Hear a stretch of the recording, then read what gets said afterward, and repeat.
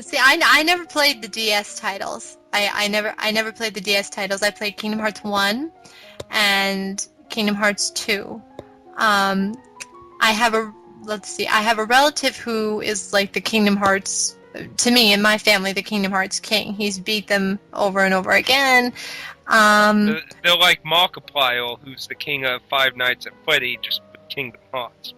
And let's see.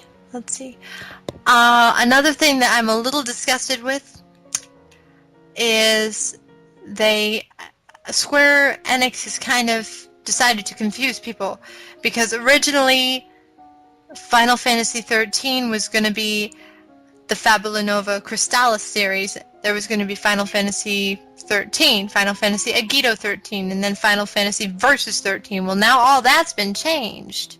Versus 13 is going to be Final Fantasy 15 for the PlayStation 4 and the Xbox One, and Agito, to my knowledge, has been changed to Type O, and Type Zero's on the PSP. Yeah. We're gonna finally get it as a PS4 HD port, I believe.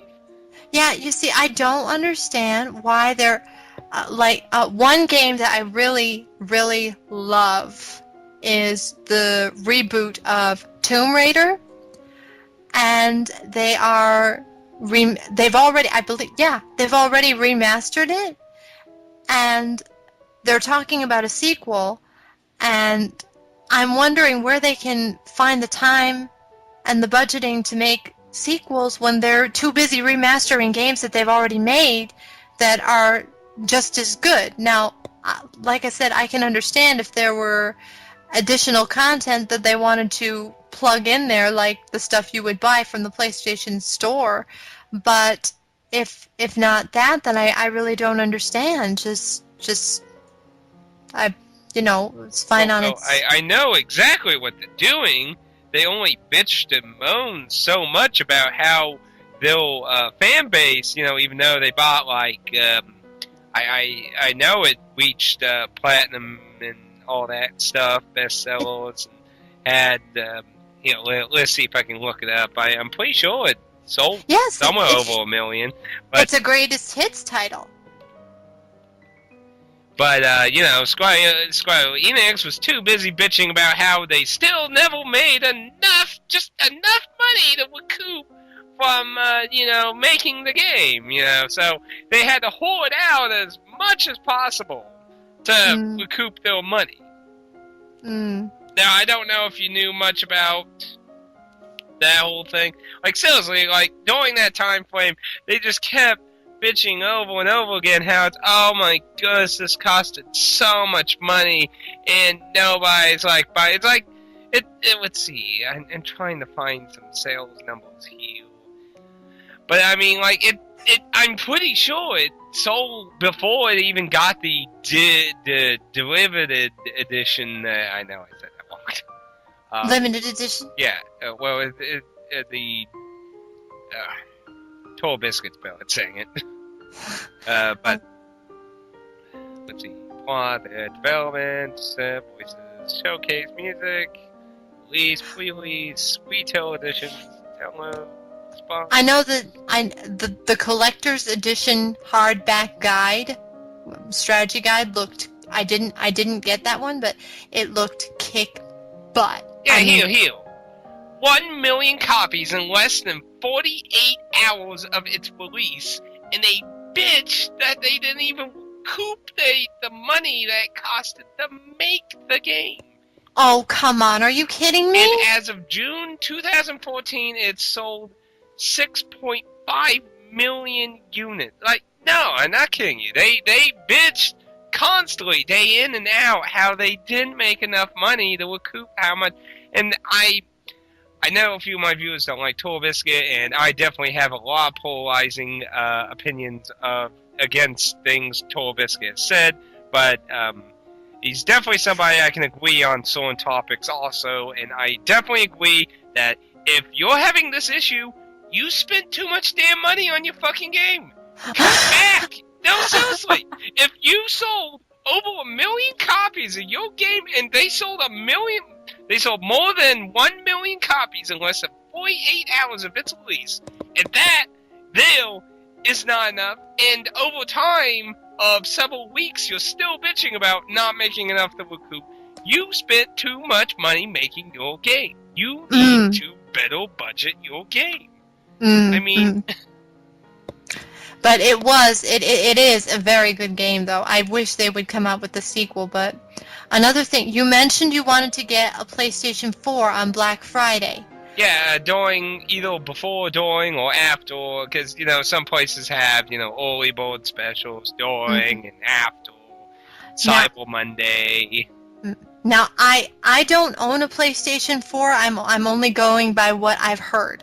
I mentioned to someone, well, I have a PlayStation 3, and they said, oh, then you're doing fine, because now I'm not bashing at all. I'm kind of forewarning here. They said then, because they mentioned the PlayStation 4 apparently isn't what it was cracked up to be. Somebody had gotten it for Christmas, and it didn't have this feature, it didn't have that feature. Oh yeah, that's true. There were multiple features that some have been added through patches, and some are still necessary. But to be honest, all the companies basically failed on the release. Nintendo failed.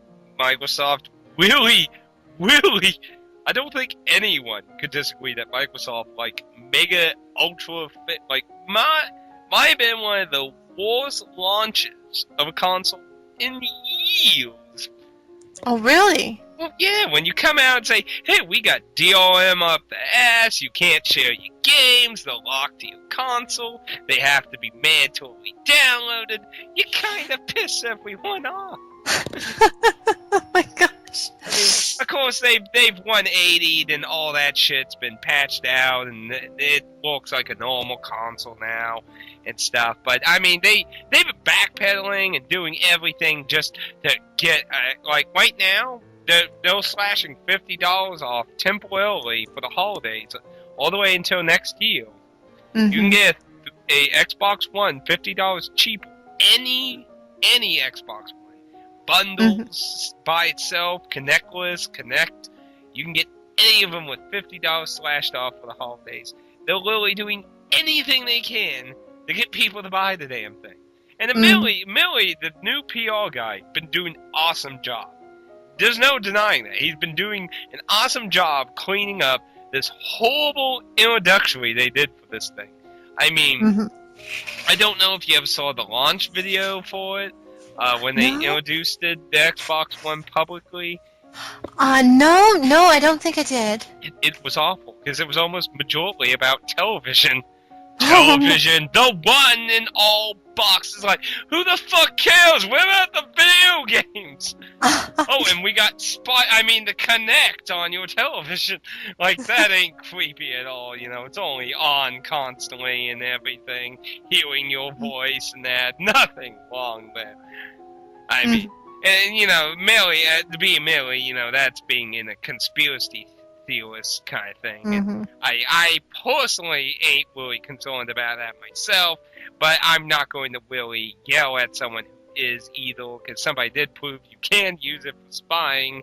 So, I mean, it's not... Yes, I heard about that too. That too. I'm not going to say anything against anyone who's concerned about that. That's a fair concern. I personally not worried. If they want to see me running around naked, I guess all the more free porn for them, I guess. Okay, on to another subject, I guess. I'm just saying, I mean, if they're really that interested, well, fine. It's not like I'm hiding something. Okay, well, sorry, I'm just being honest. I personally don't give a shit much about, what are they gonna really do to me? Oh my goodness, we're gonna find everything else that, the Microsoft government must find Atticusmj's true intentions in life. This is our #1 goal. History. Okay. No, I'm just saying. But I mean, I can understand it being a complaint. But yeah, they're really pushing really hard to get people to buy the Xbox One, not PS4, for the holidays. Mm-hmm. The PR has been doing a good job on reversing the horrible introductory with the deal. Like, do you know what DRM is? The what? Do you know what DRM is? DRM. No, I'm afraid not. I know what. This is totally out of the realm, but I know what D&D Dungeons. No. It's DRM stands for Digital Rights Management. Oh, okay. It is to control what you can do with a digital product. So the simplest way to do this is, Steam, right? Steam. Like as in Valve's Steam platform where you can buy PC games digitally. People who do Left 4 Dead, Half-Life. Oh, gee, do you mean like from? Derail to another topic. But okay. I'm learning here. I'm learning here. We'll put this another way. Okay, so you put your game into your console. You put a Japanese game into your console, and what usually happens? It says this disc is not made for your region. Yes, and that in itself is a form of DRM. Oh, okay. That is a kind of it happens to be DRM because of how they programmed it, but anything that's more like a regional DRM, you could say. Region lock. Yeah. Okay. But I mean, the idea, it does work as a form of DRM, but that's in a regional-based system. Steam itself is DRM, but it's very soft DRM that you can turn off as long as you're updated to the newest Steam crap and stuff. So I mean, that's not as bad, but you have stuff like I'm trying to remember. I know the original Assassin's Creed on PC, originally before they got all kinds of patches and stuff, was required. You had to be online. That's another form of DRM. Mandatory online checks, which the Xbox One was also going to do. You had to have a mandatory online check every 24 hours. Which, of course, that got thrown out. Good job, PR. But that's another form of DRM. During the DOS age, there were special plastic little plug pieces. You had to plug into a special plug on the back of the PC for a game to function. That was a very old form of DRM. And then some of the weirdest forms of DRM were stuff like the decoder ring. It was like a wheel thing that you had to use to spell out a password. Very old wizardry games DRM was that you had to like type in the spell's name, and that in itself was DRM because the booklet had the spells how they were spelled. They were just really weird words. So you needed that to spell it, or you couldn't play the game. It controlled like. Okay, let's say with, like, in the CD age, the early CD age of PC games, I could take Diablo 1, burn a disc, give it to you, and you could play. No problem. Oh my. That is considered DRM free, because there's nothing preventing me from giving it to you.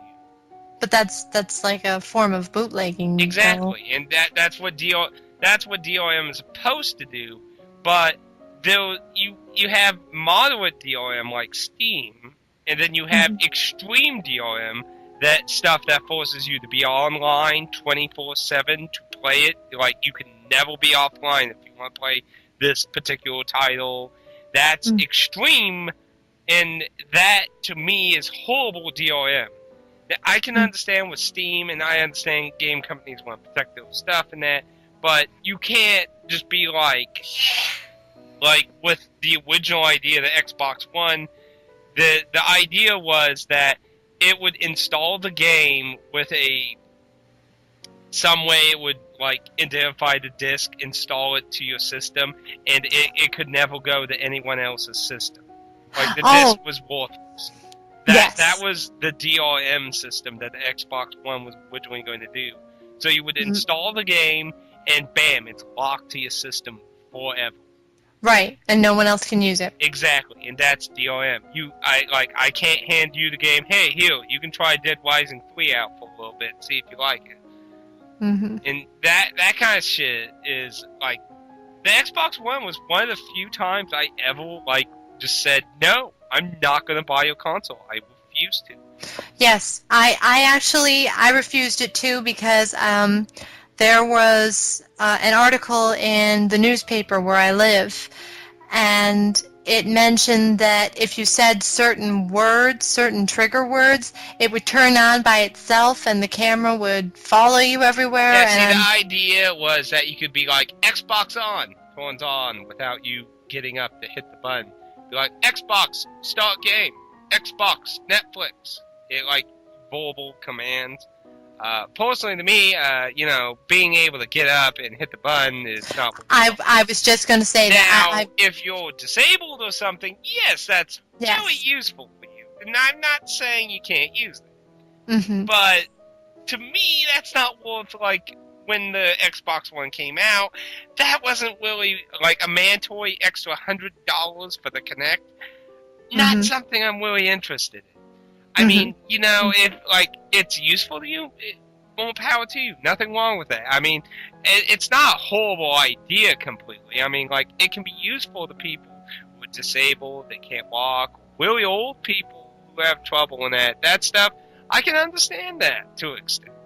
But originally the Kinect was a mandatory product that came with the Xbox One, and you had no option until, click the Xbox One. They'll probably tell the date that the Kinect was, cheap sensor, Microsoft, offer the choice to buy one. Look at the article. See what time frame the article. Polygon. Horrible, but I'll have to suffer Polygon some ad space. Well, what's the date? I can't remember the month. I don't see a month in this article. But yeah, at some point, here, on June 9th, Microsoft was going to start selling Kinect-less versions of the Xbox One. And when did the Xbox One come out? In November 2014. So, June 9th of 2014, they finally said, okay, we'll sell it without the Kinect and cut $100 off. So, in between that time frame, there was no option with it. So, if you were in the conspiracy / I just don't want it, I would rather save the money, you were screwed. Well, now, I don't like to bet. I've got two more topics, one question, and then that's kind of it for my topics. But I don't like to bash. I really don't. But come on, this is something that needs to be brought to my to people's attention. Lightning Returns came in the mail, of course. I'm sorry for all the Final Fantasy talk, but I'm a huge fan. You should see my collection. Well, I mean, I'm a big fan too. I mean, merely the newer ones, I have a lot of subjectiveness to the way to admit. But yeah. but go ahead. No, I'm sorry. But anyway, I open up the game. I'm all excited. I open it up, and I'm shocked to discover that the quote-unquote instruction booklet is only 3 pages long, and I am thanking myself for having played the first 2 games so that I knew what in the world I'd be doing when I started playing it. What in the world? I also got Tales of Xillia, and I opened that up, and there was no book. Where are the books? Seriously. Basically, in my recent starting of doing dumpster diving, I really feel like GameStop has a great influence because I mean it's not really happening that much in Japan. I still get occasional imports that have booklets or see other people with them. They have booklets, but ours don't, or have a little 2-page thing that's basically don't stare at this too long, on your eyes out, warnings. I really think for the Western world, GameStop is the very reason, I think, in my opinion. And do you want to know what my logic is? And of course, this is all speculation. There's no real 100% evidence, but... Go ahead, it's your channel. Okay. Well, it is! Well, okay, so I don't know if you personally seen the only video so far that I have a lot of footage. I haven't even gotten... like I said at the beginning of all of this, I've been very low on time, so I have lots of freaking footage I haven't even gone through to edit to make more videos out of related to thrifting and dumpster diving. But I've done several weeks of dumpster diving, and seriously, like, I usually find like 100+ cases every time I go dumpster diving. And just cases? Yeah, very occasionally games, but yeah, they throw away cases, the art, the booklet, they just throw them away, and they go to a landfill, forever to never be embraced with anything. They just, books and cases? Yeah, I'll link it to you after this. You could see this huge pile of games, well, not games, they're cases, and they just throw them away, and you know, if I was a game company looking at this shit, like, it's like, hey, Chief, have you checked out dumpster diving from GameStops on YouTube? What are you talking about? Look at these freaking people. They've got like 200 of our games from the dumpster. They just throw the damn booklets and everything away. They even throw guidebooks. Like 2 weeks ago, I found 3 GTA guidebooks and a Watch Dogs limited hardcover guide. No. Yes. Oh, yes. That just makes me sad. Yes. And I've been keeping an eye on the guidebooks that I want to see if they get so low to get them, because I don't like the Hyrulean Royals and the Tales one that they have.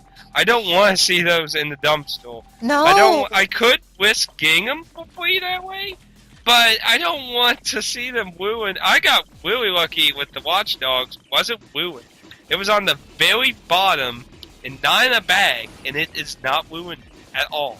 The idea of just taking it out of the plastic just makes me cringe, let alone throwing it in a dumpster. But by the way, I want to say, because you showed in one of those, in one of your videos, you had gotten one case, and I cannot, forgive me, I can't remember the... Starsea? No, not Starsea. Yes, it must have been Star Odyssey. You had gotten Lost one Odyssey. case. Well, it's before disco, and I put it in a special... Yes.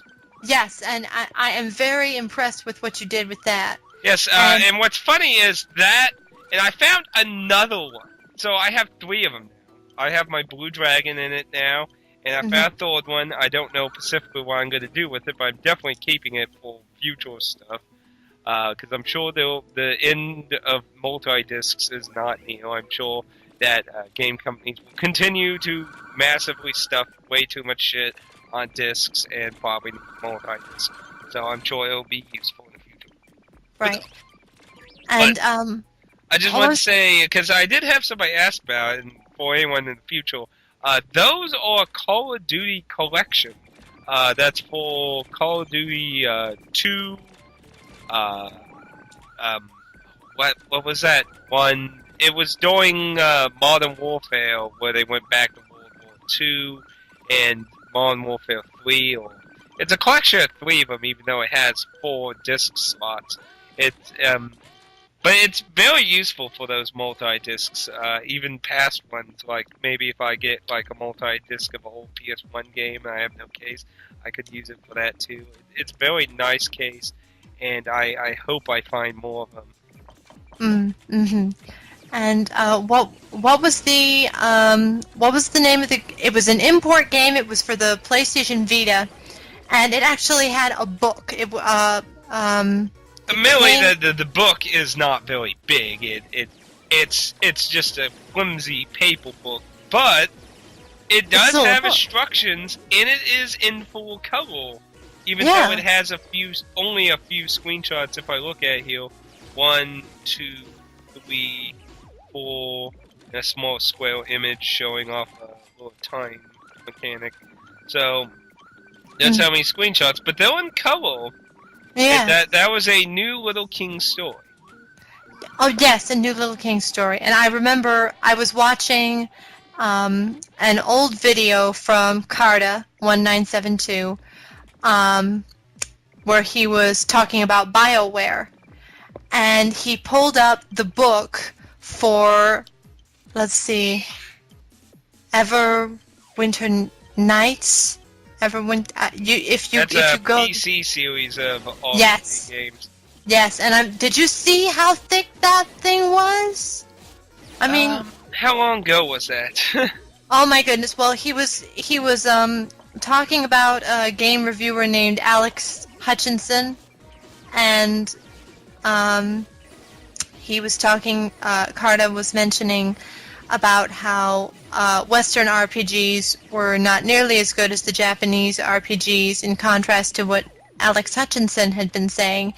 And BioWare was one of the companies that he had mentioned, and he kind of went back in the archives and pulled out that one game that he really enjoyed, and he pulled out the book, the instruction booklet. And I believe he even pointed out, we get 3 pages in English, 3 pages in this language, 3 pages in this language. This is what really made you great right here. And the second thing that I want to kind of gripe about, and you've probably undoubtedly noticed this, you put in the game, and it used to be that when there was a tutorial or something on the screen, it would be in big letters, Atticus. Big letters. Well, see, I blame HD stuff for that. You gotta get with that tutorial so you can bloom your eyes out more on the bloom and the whatever else we got there to melt your eye sockets out. You know, I for a while I thought it was a conspiracy, seriously, because even with my glasses off, because I'm nearsighted, even with my glasses off, I still could not read most of the text that was in some of the books, and so I'd have to just kind of play fairly blindly, but I make it bigger. I even tried to go into the options to see if I could get the text. Yeah, you know, the only game, and this is Square Enix, please listen to this. Yes, the only game I've ever seen this do, and to be honest, I have to give them credit. It's a nice option because not everyone has an HD TV. It really brings me back to when I originally got a 360 and got Dead Rising. I've said many, many times Dead Rising was the game that got me to buy the 360, and it was my first 360 game. And anyone who knows anything about Dead Rising 1 knows that was optimized for HD TVs and not even considered for standard. And I did not have an HD TV for a long time, really. I had been on a standard TV for a long, long time. Oh yeah, I was on a standard TV. So, I still am on a standard TV. And for the Xbox 360 release of FF13, I watched a review on it. In comparison to the PlayStation 1, the PlayStation version, I mean, you only had 1 disc. And I really don't mind how many discs are in a game, but for the Xbox version, there were 3 discs, and the reviewer mentioned that some of the cutscenes, although beautiful, suffered from some yucky compression. So even on 3 discs, Final Fantasy XIII just doesn't fit. Well, the 360 still used it DVD, while obviously the PlayStation 3 went on to take a risk with the Blu-ray form, which obviously has what at this point since the Xbox One is using Blu-ray. Yeah, but another thing I don't get is they made an even slimmer PlayStation 3 with, to my knowledge, only 12 gigabytes. I don't know of any with that size, to be honest. Most of the newer ones have crap. Like my friend Alan, when he got his, he got to like 400. It's like, fuck, I should have just waited a few more years. I got gypped buying the 40 gig one when like it was one of the first real cheaper PS3s back when it was still $5.99 with Whistle. Yeah, I waited like 3 years until the price went down. Let me see. I never heard of a 12 gigabyte. I'm not saying it don't exist, but I never heard about it. Well, I mean, most of the ones I see get released now have like crap loads of gigs on them. It really makes me feel awful because at the point, like all the Japanese games don't have it too bad, but a lot of Western games like Borderlands and shit install massive amounts of the game on it. And Breaking God 3 is sadly one of the worst offenders, running 5 gigs of your hard drive, and it still has shitloads of horrible problems. Yeah. And I'm looking on Amazon right now. I'm seeing the redesigned Slim, and I have to correct myself. This one has 250 gigabytes, but it says this is a newer version of this item, and it's showing me details below. And once again, I see a PS3 250 bundle of The Last of Us that costs $300. No, thank you. Like I said, you have to have a fat wallet these days in order to. Well, it'll get cheaper. I mean, to be honest, I'm surprised the PS3 is still retaining a pretty big price tag. I mean, 360s in the used market are down to like $99.